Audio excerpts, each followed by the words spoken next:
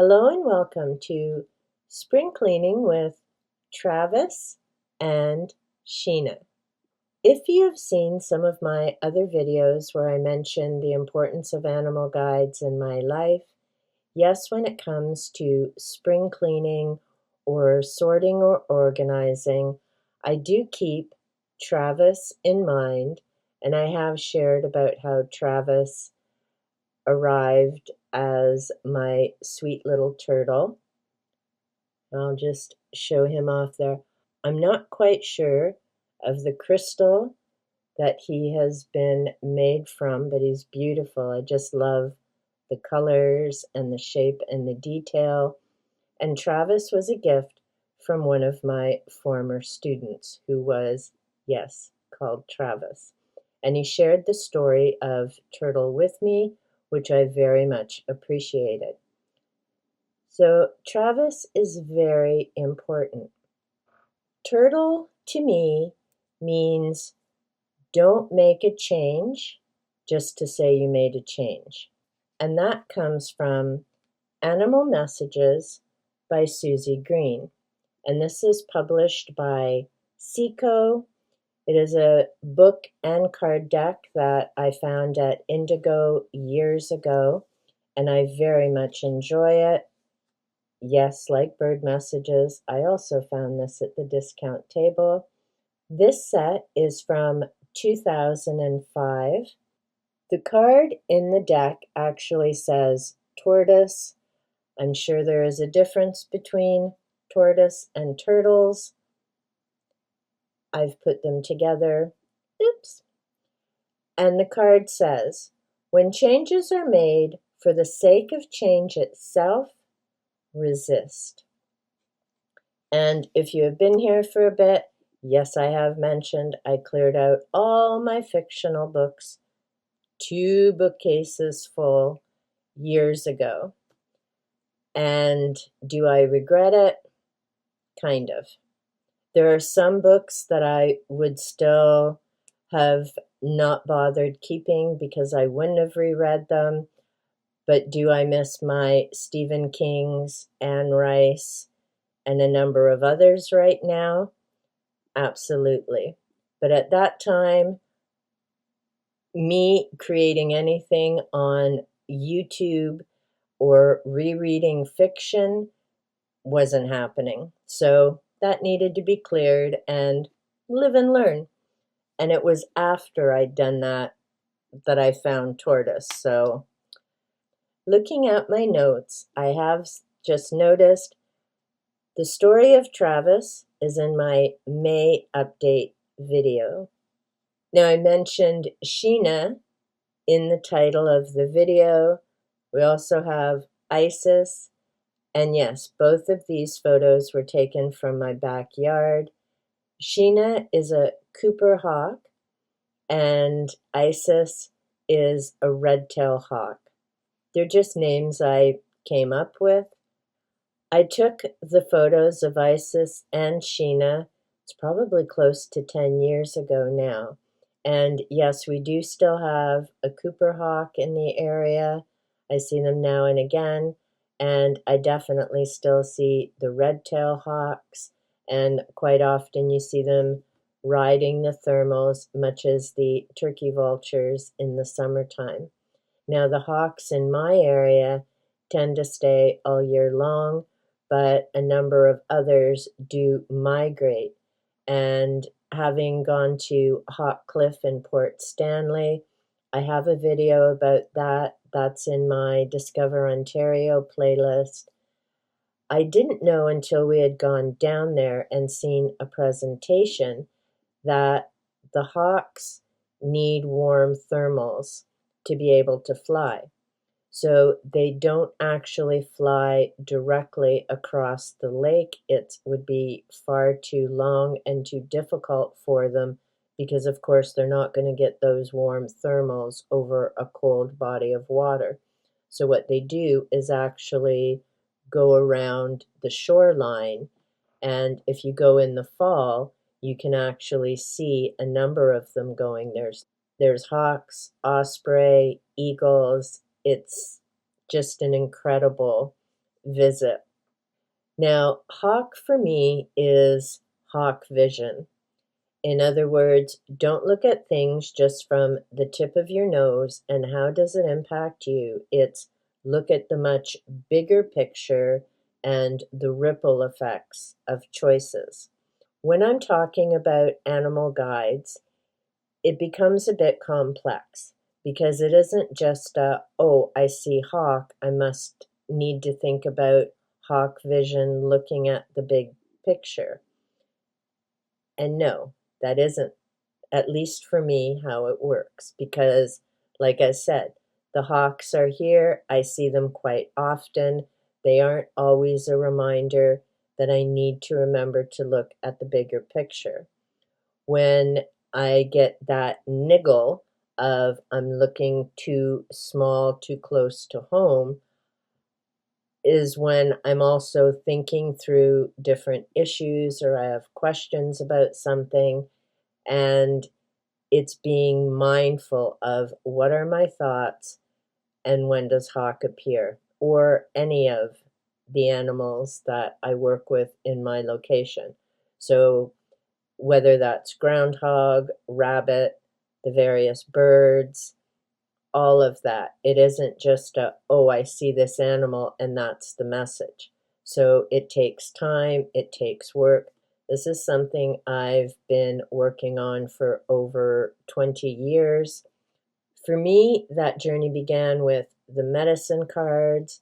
This is by Jamie Sams and David Carson. So again, there's a book and a deck of cards.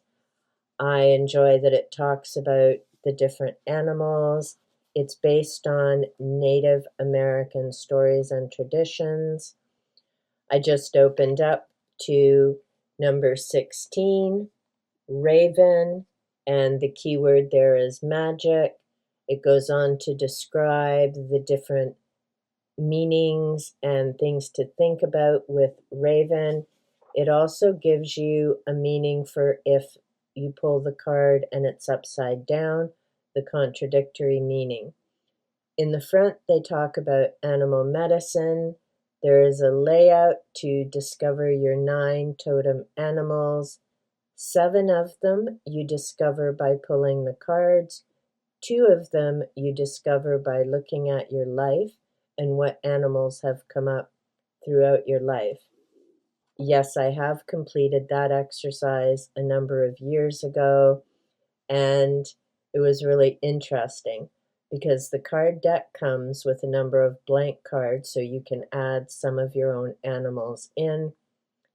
I, of course, added dragon, shuffled the cards, pulled my 7 cards, and yep, no surprise, dragon came through as one of the cards. So I thought that was rather fascinating. They also go on to talk about the medicine shield and present some different layouts and spreads that you can use. So this was a very handy resource. For a year and a bit, I always used to pull a card every week, and that's what helped me learn about the animals. Another go-to on animal guides is Ted Andrews' Animal Speak. I've mentioned this book before. I have tabs. I have all kinds of annotations throughout.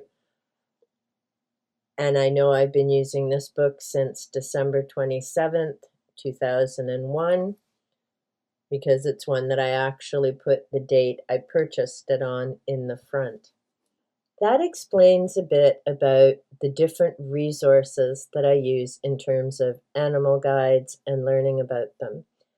The other thing I should mention with Animal Messages by Susie Green, I really like that she has divided the animals and combined them with the elements. So on page 13, she has creatures of the air. Then we go to the arboreal creatures, animals that rely on trees. And yes, the first one is Panther, who has a cat tree. Then Then we have the earth dwellers, walkers between the worlds. So these animals live in two different environments. And we have the water denizens and the land creatures.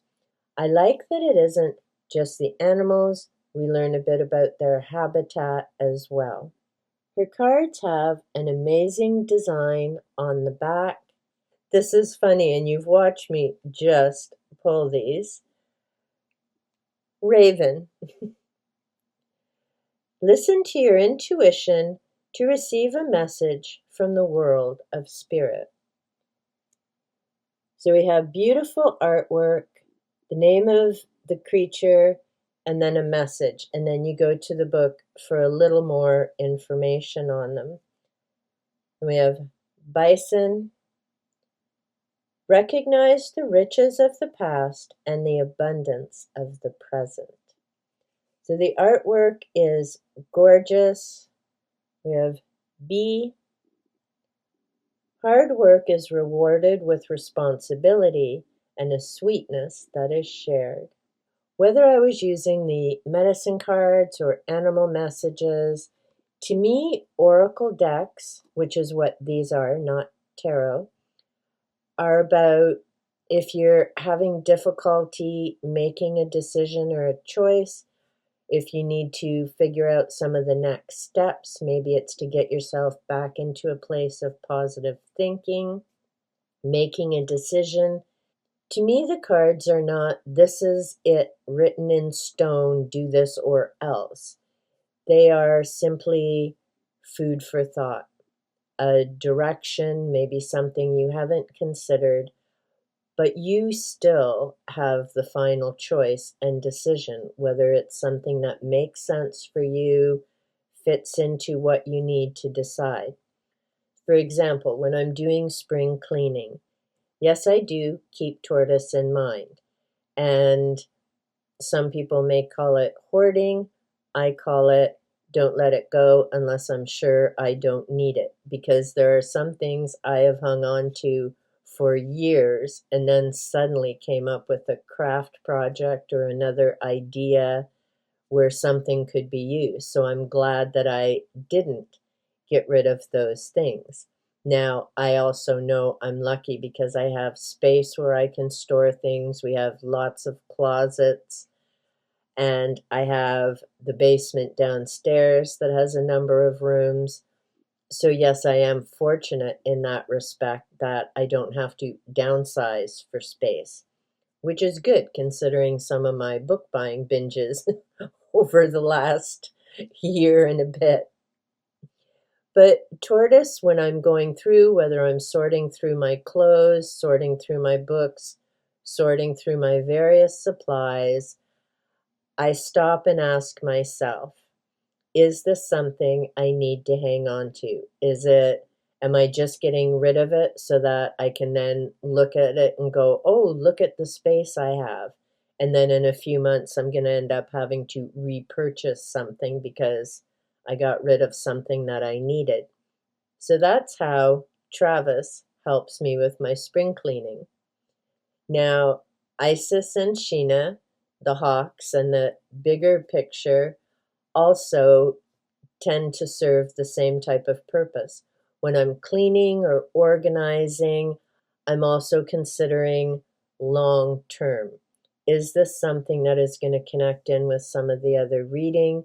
So, for example, that massive Da Vinci Code project, Spiral, that I have going on. There are a number of books, but I know there are also going to be a number of notes, and I need to come up with a good way to pull all that information together. One thing that I have made that I know will help is a small timeline spiral book. So on here, I will have the years, and then as I'm going through the different books, I'll have them listed so that I know which books I've pulled the information from. And then each time I finish a book, eventually these pages will be filled with the different information. Like Travis, also helps me think of what kind of supplies and resources do I need to keep, and what is maybe better to let go so that I have the space for what I'm actually using. So, for instance, I have a ruler. I have about 5 different rulers, so I can let a number of those go. I realistically only need 2 at the most, one when I'm working up here and one in my workroom downstairs. Things like that. When I'm trying to decide about other items, it's the same process. Is it something I'm going to use right now? Is it something I can use in the near future, whether that means repurposing it, or is it simply best to pass it on at my local thrift store so that somebody else can enjoy it and use it? And that's the process I go through, whether I'm trying to organize things on my cart, whether I'm trying to organize things on my shelves, be it the books or the various items I have. Some items to me I know will never be going because they're not things, they're names and memories. I have Travis here. Downstairs, I have a sweet little lion that's made from plaster of Paris and it's painted, and his name is Dustin.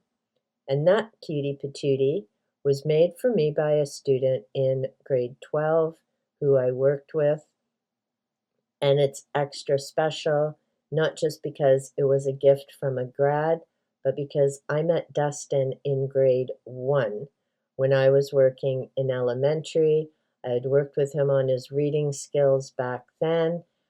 I had switched over to a high school, and as the universe decided to smile and bless me, Dustin ended up in the high school where I was working. I had the honor of working with him not just as he was beginning his school experience, but I had the honor of watching him walk across the stage with his high school diploma. I mean, you just can't beat that. I may not have human children of my own, but I was absolutely thrilled and proud of my at school children. And yes, I do find it funny. I'm now called Dragon Mom by a few of the booktubers, and at school I was known as the school mom. It just seems to follow me, but at home I'm the cat mom. I hope my discussion on animal guides makes sense. I know there'll be some people who think, wow, that's a bit woo woo. How do you get through your days?